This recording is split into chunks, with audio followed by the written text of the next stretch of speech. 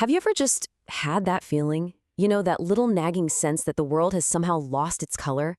That the things you used to absolutely love just don't hit the same way anymore? Well, if you have, you are definitely not alone. And I promise, it's not all in your head. Today, we're going to break down the hidden systems behind why this happens.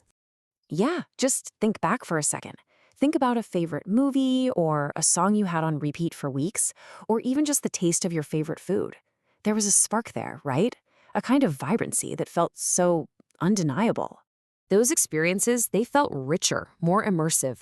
You weren't just watching them or listening to them, you felt like you were living them. But then, over time, that feeling can start to fade, and it just leaves you wondering, what happened? And that is the billion-dollar question, isn't it?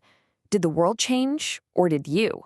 You're still doing all the same things, but that feeling inside, it's just not the same. So let's get to the bottom of it. Okay, so here is our first major clue. The activities themselves, watching that movie, listening to that song, hanging out with friends, they haven't fundamentally lost their value. The shift is actually happening internally, inside your own perception and your reaction to it all. What you're probably noticing is that your response just feels kind of muted. The highs don't feel quite as high, and the excitement is a little flatter. It's a really subtle shift, but it's powerful enough to make you feel disconnected from the very things you once loved. So how does this actually happen? Well, this isn't just some vague feeling. It's rooted in some very real psychological principles that are constantly at work, quietly rewiring how we all experience the world. This brings us to a really core concept, the familiarity effect. Think about it. The very first time you experience something amazing, your brain is just flooded with novelty. It's new, it's exciting. But the 10th time, the 100th time, your brain adapts. It already knows what's coming, and that familiarity naturally turns down the volume on the emotional impact. And tied directly to this is the incredible power of our expectations. The first time you probably go in with very few. But after you have a great experience, you go back expecting even more. More intensity, more feeling. So when the experience is just as good, but not necessarily better, it can feel like a letdown, even when absolutely nothing is wrong.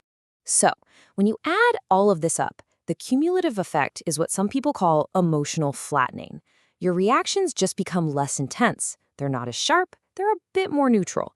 It's a totally natural adaptation, but boy, it can really feel like you're losing a part of yourself. But wait, that's only half the story.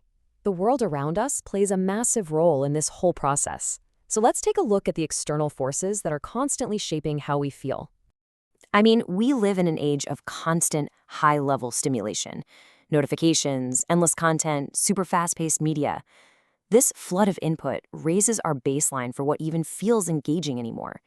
Your brain's reward system literally gets so used to these intense highs that it starts to downregulate. It takes more and more stimulation just to feel the same level of excitement. And the result? Normal, everyday experiences can start to feel kind of dull or weak in comparison. And where is our attention in the middle of all this chaos? Even when we're trying to enjoy something, our focus is often split.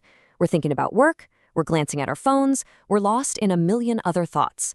This division means we're never fully present, and that just dilutes the richness of any single moment.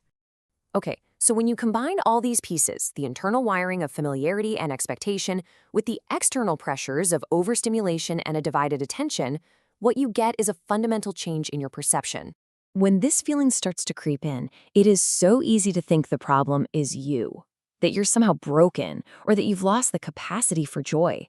And that can create a lot of doubt and a lot of concern, especially when there's no clear reason for it. So the crucial point here is this. It is not a personal failing. It's a system.